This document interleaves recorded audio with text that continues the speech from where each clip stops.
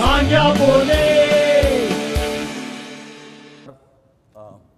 मांजा बोलेच्या अजून एका एपिसोडमध्ये तुम्ही सगळ्यांचं स्वागत. व्हेरी इन्फॉर्मल आहे हे, काही टिपिकल तुझं काय इंटरव्ह्यू नाही आहे. तर लेट अस स्टार्ट विथ, मी ह्याच्याकडनं काहीतरी एक नवीन टायटल एक्सपेक्ट करत होतो की पोस्टर बॉय झाले, पोस्टर गर्ल झाले, अजून संपले का तिथे? रमेशने चांगलं हे केलं होतं. काय सांगितलं? जेंडर संपलं तिथे. त्याच्या पलीकडे पण तो पिक्चर काढलेला नाही नी आधी कोणी, अवधूत गुप्तेनी. कोणता? जेंडर नाही, आपल्याला तो झेंडा, झेंडा ना झेंडा. अच्छा, एवढा इन्व्हॉल्व इंटरव्ह्यू. आणि थोडा इंटरव्ह्यू म्हणजे कसं आहे माहिती आहे, दिस इज फॉर मराठी. म्हणजे मी आता जवळजवळ तमिळ पिक्चर केला, मी तेलुगू केला, मी कन्नडा केला, मी बंगाली केला. सगळीकडे मी बघितलं ना, मी नॉर्मल जे एक प्रॅक्टिस आहे की तिकडचं audience are very proud of their भाषा. मी तमिळमध्ये हिंदी पिक्चर रिलीज व्हायचं असेल तर ते तमिळमध्ये डब करतात, तेलुगूमध्ये डब करतात. हैदराबाद सोडून मला वाटतं नाही आंध्रामध्ये कुठे हिंदी पिक्चर चालतो. पण एकच राष्ट्र आहे जिथे कोणी यावं टिचकी मारून जावं, ते महाराष्ट्र आहे. आणि मराठी सोडून सगळे पिक्चर बघतात. म्हणजे कोल्हापूरमध्ये सगळ्यात आपण म्हणतो काय, मराठीचं माहेरघर. कुठला पिक्चर चालतो माहिती आहे का तिकडे सगळ्यात जास्त? तेलुगू. हल्ली तेलुगू नाव, तर आर्या नावाचा पिक्चर तिकडे म्हणजे काहीतरी सुपरहिट गेला तिकडे. चाललं तिकडे. त्यामुळे ना आपल्याला मराठी माणसाला मराठी माणसाचं कौतुक नसतं. माझं म्हणणं आहे की वाईट पिक्चर असेल बघू नका. गेल्या मला वाटतं 10-1 वर्षात प्रत्येक नॅशनल अवॉर्डला मराठी सिनेमा स्कोअर करतोय. त्यातला कुठला सुपर डुपर हिट झाला मला सांगतो. म्हणजे 2 पिक्चरला तर बेस्ट फिल्म मिळाली. मला वाटतं देऊळला आणि कोर्ट पण आहे, कासव आहे. म्हणजे लाजिरवाणी गोष्ट म्हणजे कासव अजून रिलीज झालेलं नाही. डिक्लेअर झाला अवॉर्ड एप्रिलमध्ये, कोणालाही त्याची काही पडलेली नाही. आपण कशावरती आनंद आहोत की आपल्याला गव्हर्नमेंट सबसिडी देते. सबसिडीमध्ये हल्ली एका ॲक्टरचे पैसे तुला माहिती आहेत, काही ॲक्टर किती पैसे मागतात मराठीत, तर त्याची फी भरली जात नाही त्याच्यातनं त्या. आणि आपण त्याच्यातच आहोत अजून.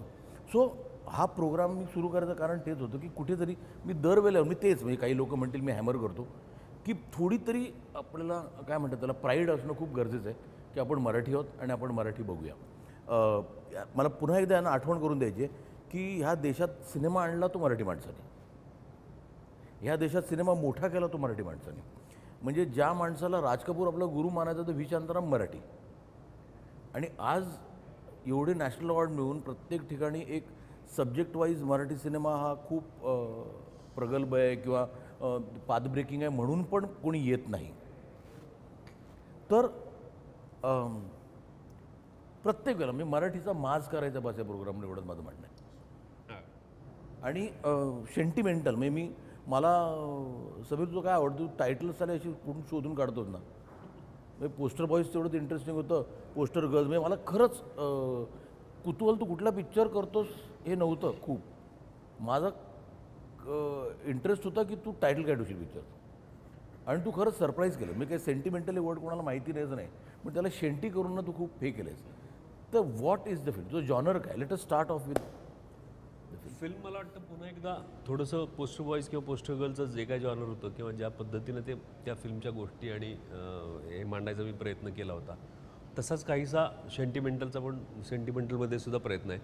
आणि ह्यावेळेस थोडंसं पोलीस डिपार्टमेंट आणि हे प्रोफेशन घेऊन त्याची एक गोष्ट कुठेतरी तयार केली आहे.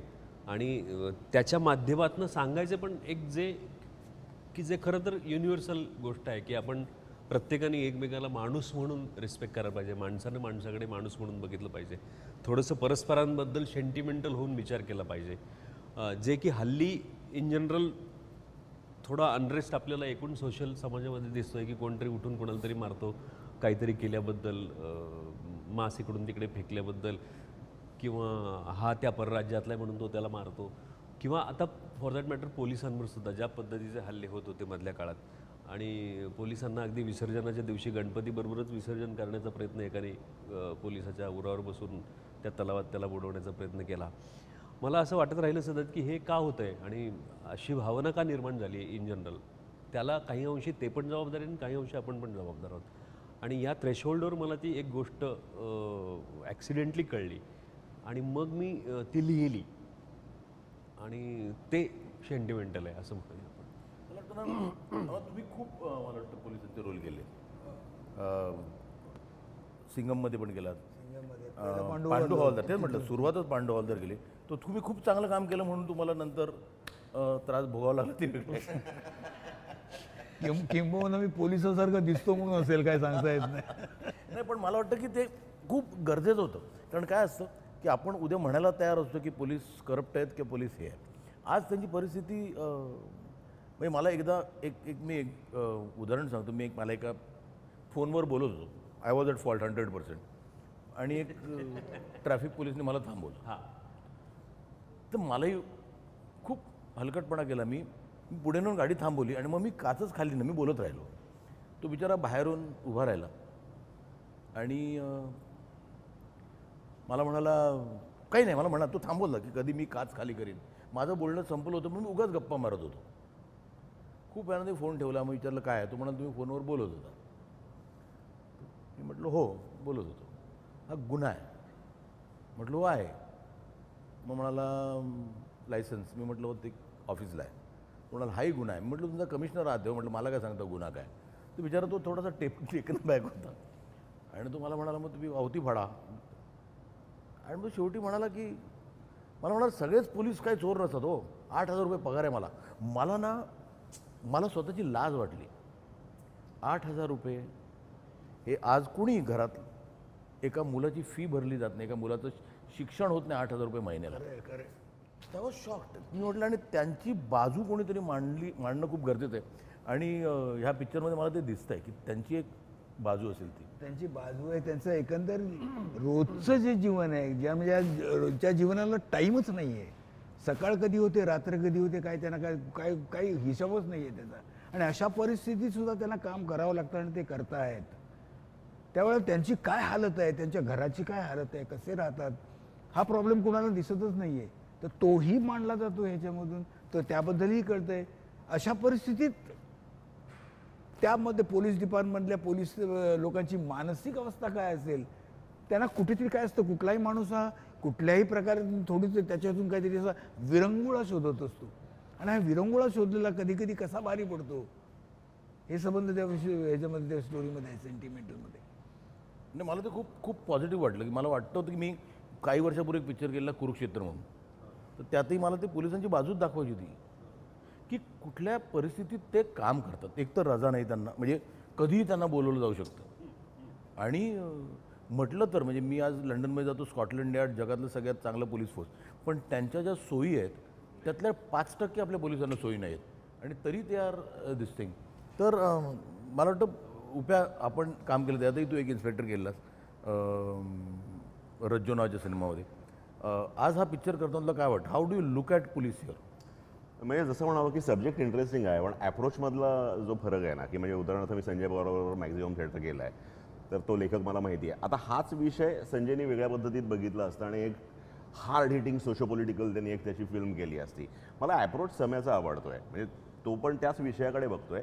पण जसं मी पोस्टर बॉईजपासून याचा प्रचंड फॅन झालो होतो आणि मला एक प्लेजंट सरप्राईज होता. माझ्याबरोबरचा एक ॲक्टर, मी त्याला एक्सपेरिमेंटल थिएटरमध्ये बसून बघतो आहे, तो एक पोस्टर बॉईजसारखी फिल्म मेकर म्हणून घेऊन येतो ना, तेव्हा मला असं वाटतं की त्याचा ॲप्रोच वेगळा आहे. तो त्या ह्युमरसली सांगतो आहे. हे करत असताना परत त्याला सबंग विनोद करायचा नाही आहे. सम्याच्या ह्युमरमध्ये परत काहीतरी एक अंडरकरंट आहे. तो तुम्हाला हसायला पण लावतो आणि ॲट द सेम टाईम तुम्हाला तो थोडासा त्रासही देतो.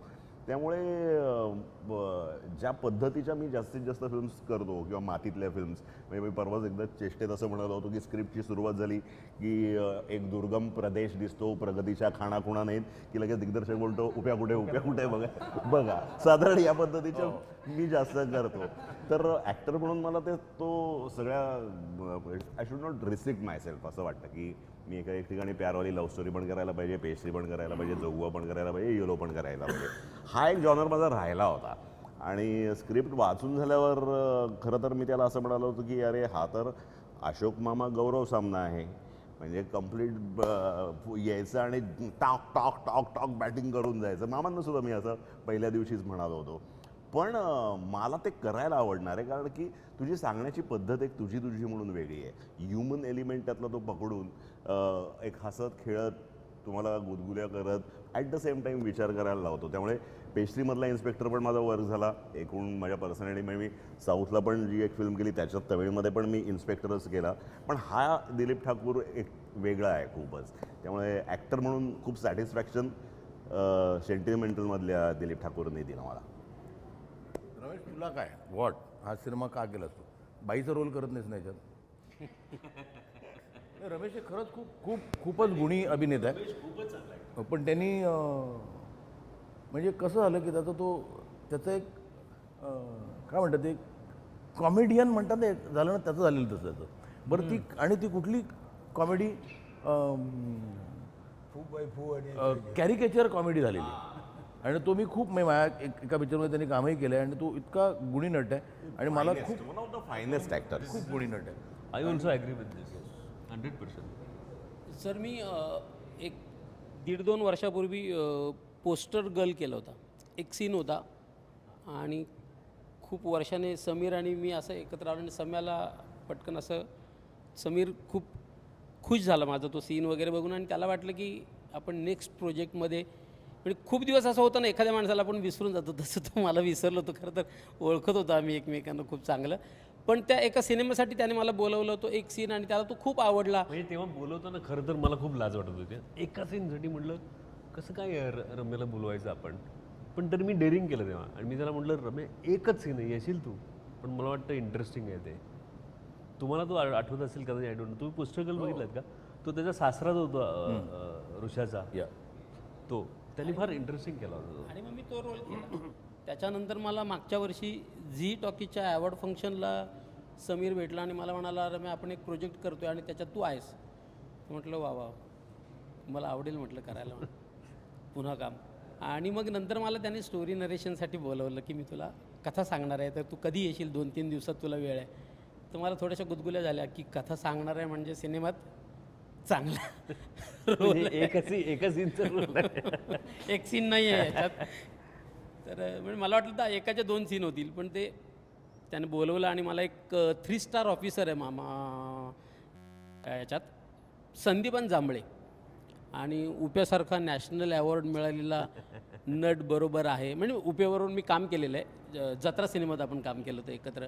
आणि खरं तर सुपरस्टार अशोक सराफ, ज्यांना लहानपणापासून पाहिलं आहे, त्यांना पाहून शिकलो, टायमिंग वगैरे सगळं मला वाटतं त्यांच्याकडूनच शिकलो असेल बघता बघता.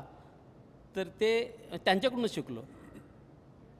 तर मला त्यांच्याबरोबर काम करायची एक संधी मिळाली आणि हे सगळं एवढं जुळून आलं आणि मी काही नाही म्हणण्याचं काही कारण नव्हतं. एक गंमत तू सांगत नाहीस, तू अजून काय सांगत नाहीस. आणि सगळ्यात अवघड हे होतं त्यातलं की सगळ्यात अवघड काम म्हणजे वाक्याला मला डाफरायचं होतं, ओरडायचं होतं अशोक मामांना.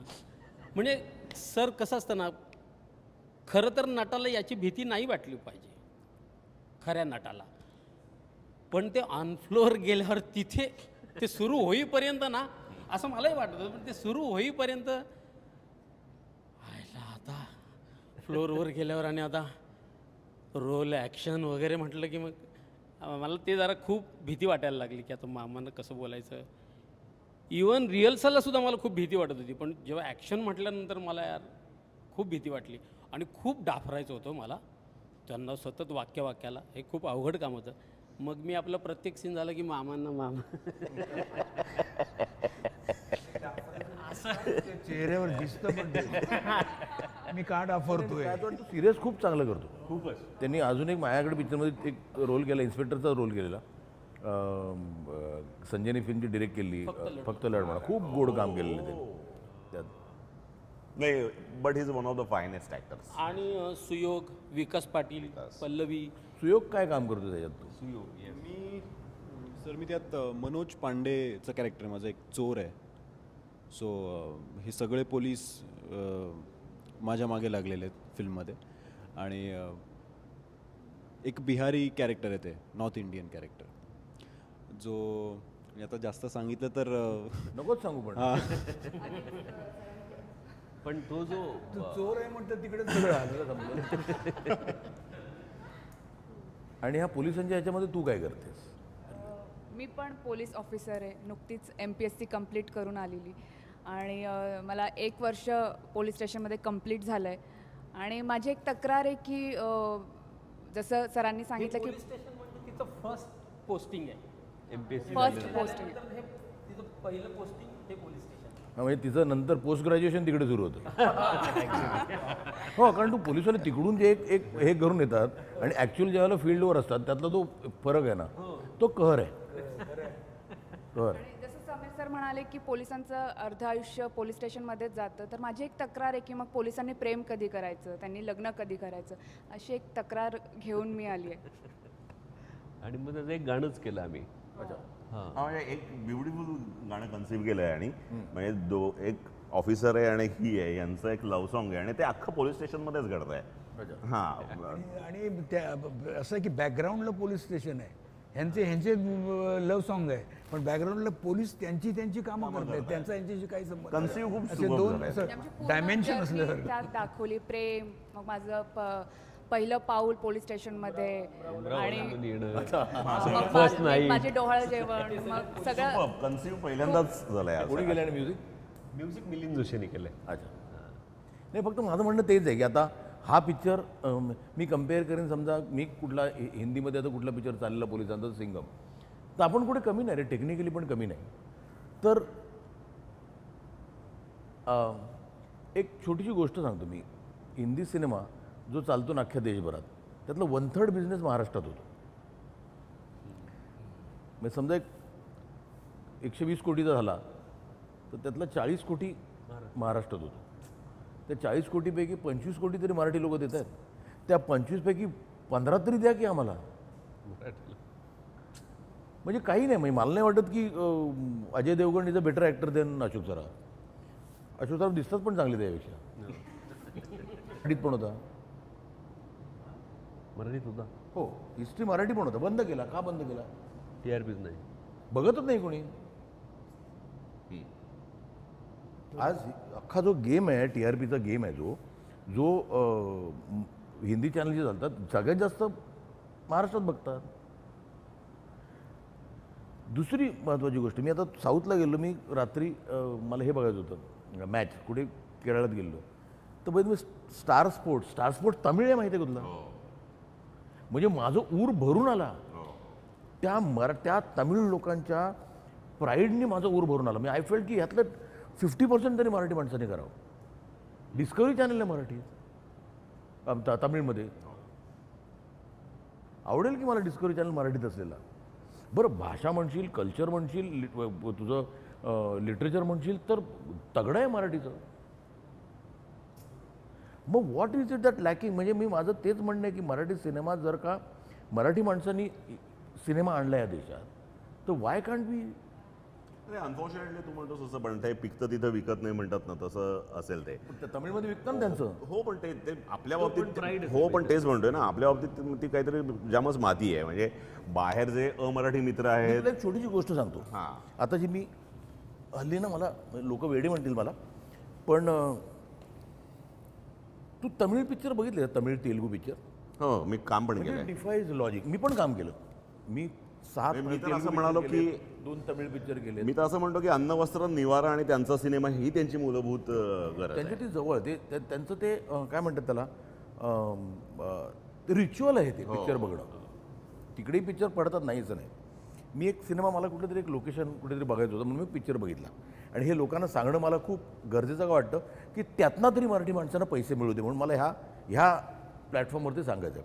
तर मी एक लोकेशन बघायचं होतं. मला कुठल्या प्रोड्युसरने फोन केला, आपण दुसरा पिक्चर करतोय ना, तर त्या जनता गॅरेजमध्ये एक लोकेशन होतं आणि मी ट्रेलर पाहिलेला. मी सचिनला म्हटलं ते लोकेशन कुठे आहे? सचिन म्हणाला तो सेट लावला आहे, पण तू पिक्चर बघ. म्हणून मी जसं हिरो सेंट्रिक काही गोष्टी घडत नाहीत आपल्या मराठी सिनेमा. आपण परत ते म्हणतो ना, ते खूप, आणि ते अभिमानाने म्हणतो आपण की खूप कंटेंट ओरिएंटेड आपण फिल्म्स करतो वगैरे. तर तेलुगू इंडस्ट्री किंवा त्या तिकडच्या ज्या इंडस्ट्री आहेत त्या थोड्याशा स्टार ड्रिव्हन आहेत. तर त्याचं काही गेला शेवटचा पिक्चर पडला की का हिंदीमध्ये तुझा ट्यूबलाईट पडला की ईदला रिलीज केला. हो पडला. माझा मित्र आहे ते सलमान खान, पण तो तुला पडला. असं वाटत नाही का की ओव्हर ट्रेडिंग हे मुख्य कारण आहे आता? म्हणजे Picture आता जास्त आपण म्हणून? कितीही म्हणत असलो की मराठी सोनेरी दिवस, मला असं वाटतं की सगळ्यात वाईट दिवस आहेत. तुम्ही ज्याला तुम्ही Horrible सोने दिवस हां, आहे. मी पण- नाही असं चालू हां. राहिलं तर 2 वर्षात बंद करायला लागेल सिनेमा. मी म्हणजे मला असं- नाही मराठी सिनेमा असं लावून त्याला वरती एक ओव्हर ट्रेडिंगमुळे सगळं म्हणतो की सबसिडी देण्यापेक्षा थिएटर वाढवा की. ऍक्च्युअली आज बरं ते BOT तत्वावर ठेवा, कोणी थिएटर करायला तयार आहे. हा जो छोट्या छोट्या ठिकाणी आपण धंदा घालवतोय ना, दॅट इज ऑल्सो रिफ्लेक्टिव्ह. बरं काय होतं, आय वॉज शॉक्ड. साताऱ्यात तू पिक्चर रिलीज करून दाखवशील मराठी? साताऱ्यात मी पहिला पिक्चर केला आई माझा 18 आठवडे चाललेला. आता 1 आठवडा तू रिलीज करू शकत नाही का? थिएटर नाही, थिएटर नाही. एकच आहे, अख्ख्या साताऱ्यात एक थिएटर आहे. आधी होती ती सगळी बंद झाली. एक थिएटर आहे तिकडे. जेव्हा बाहुबली लागला कुठलाच पिक्चर लागला नाही, हिंदी पण नाही. पुढे 2-3 आठवडे मी मध्ये गेलो तो म्हणाला तुमको 1 शो दूंगा मैं, 1 शो दूंगा मैं, असं त्यांनी मला माझ्यावर खूप मेहरबानी करतो सांगितलं. आणि कोल्हापूरची काय परिस्थिती आहे? कोल्हापूर मेलंय सेंटर. आता आता सेंटर्स राहिले तर सांगतो मी, मुंबई आहे, ठाणे आहे, पुणे आहे, नाशिक थोडं थोडं, पण बेसिकली हे 3 सेंटर राहिलेत. आता पश्चिम महाराष्ट्र तर पुरं हे कम्प्लीट केलं आहे. नागपूर तर नव्हतंच का? करायचं नंतर संपलं ना. व्हॉट हॅपन्स इज आज तेलुगू पिक्चर लागतो मामा, एक एक एक DVD निघत नाही बाहेर. भैया बॉडीज युनायटेड म्हणजे आपल्या इथे एखादा पिक्चर लागला, पोस्टर बॉयची DVD आली, काय बोलते हं? मला एकाने फोन करतो, तो पिक्चर बघितला मी, DVD घेतली, मी मुलुंडला मिळाली मला. तुला म्हटलं लाज वाटते सांगायला मला पहिल्या आठवड्यात. तो आता DVDचा मेनेस गेला आहे, कारण आता कोणाकडे DVD प्लेअर राहिलेला नाही आहे. पण यूट्यूबचं म्हणजे माझं म्हणणं आहे, दिस इज व्हेरी सिरियस थॉट मला द्यायचं आला की आपण पिक्चर करायचा, यूट्यूबवर फुकट रिलीज करायचा, निदान तो तरी बघा असं लोकांना सांगायचं. तुम्ही जेवढा जास्त बघाल तेवढ्या तर प्रोड्युसरला 4 पैसे मिळतील. लास्ट जाता जाता यू टेल, म्हणजे एक अपील मला पाहिजे सेंटिमेंटल. आय वॉन्ट, म्हणजे सेंटिमेंटल जेवढा मला बघायचं ना तेवढाच इतरांना बघायला वाटतं पाहिजे. जे मला वाटतं ना की मराठी सिनेमा चालायला पाहिजे ते वाटायला पाहिजे. तो एक अपील मला तुझं लोकांपुढे पाहिजे. हां, की why should this is the film. खरं म्हणजे सेंटिमेंटल मी लोकांना यासाठी बघा म्हणीन की यामध्ये खूप दिवसांनी मला असं वाटतं की रादर एक वर्षाच्या मोठ्या गॅपनंतर आणि पांडू हवालदारनंतर मे बी मध्ये एक सिंघमसाठी म्हणून मामा त्या पोलीस हवालदाराच्या ड्रेसमध्ये आले होते. पण परत एकदा मामा इतक्या वर्षानंतर हवालदार म्हणून, पण आता त्यांचं प्रमोशन झालं आहे आणि ते सहाय्यक पोलीस उपनिरीक्षक सपोऊनी झालेत, प्रल्हाद घोडके. आणि ही त्यांची गोष्ट आहे. बरोबरच दिलीप ठाकूर जे उपया कॅरेक्टर करतो आहे त्याची गोष्ट आहे, बरोबर जांभळेची गोष्ट आहे. ही एकूण सगळ्या पोलीस डिपार्टमेंटची गोष्ट मला थोडीशी मांडायची होती. आणि ते मांडत असताना खूपच बेसिक गोष्टीवर मला बोलायचं आहे की आपण माणूस म्हणून एकमेकाला रिस्पेक्ट करायला पाहिजे. एकमेकाबद्दल थोडासा सेंटिमेंटल होऊन जर विचार केला तर जो सगळा एक जनरल अनरेस्ट आपल्याला बघायला मिळतो तो थोडासा कमी होईल. आणि हे सांगत असताना कुठेही मला प्रीची करायचं नाही आहे, कुठे आता बघा मी कसं तत्त्वज्ञान तुम्हाला सांगतो असं काही दाखवायचं नाही आहे. एक हसत खेळत तुमच्यापर्यंत जर बॅक ऑफ द माइंड तुम्हाला काही विचार करता आला तर तो तुम्ही करावा असं मला वाटतं. आणि त्यासाठी तुम्ही सेंटिमेंटल बघा, तुम्हाला तो नक्की एंटरटेन करेल. माझं म्हणणं आहे की आपण सेंटिमेंटल होऊया थोडे. आपण लेटस बी थोडंसं प्राऊड होऊया की आपण मराठी आहोत.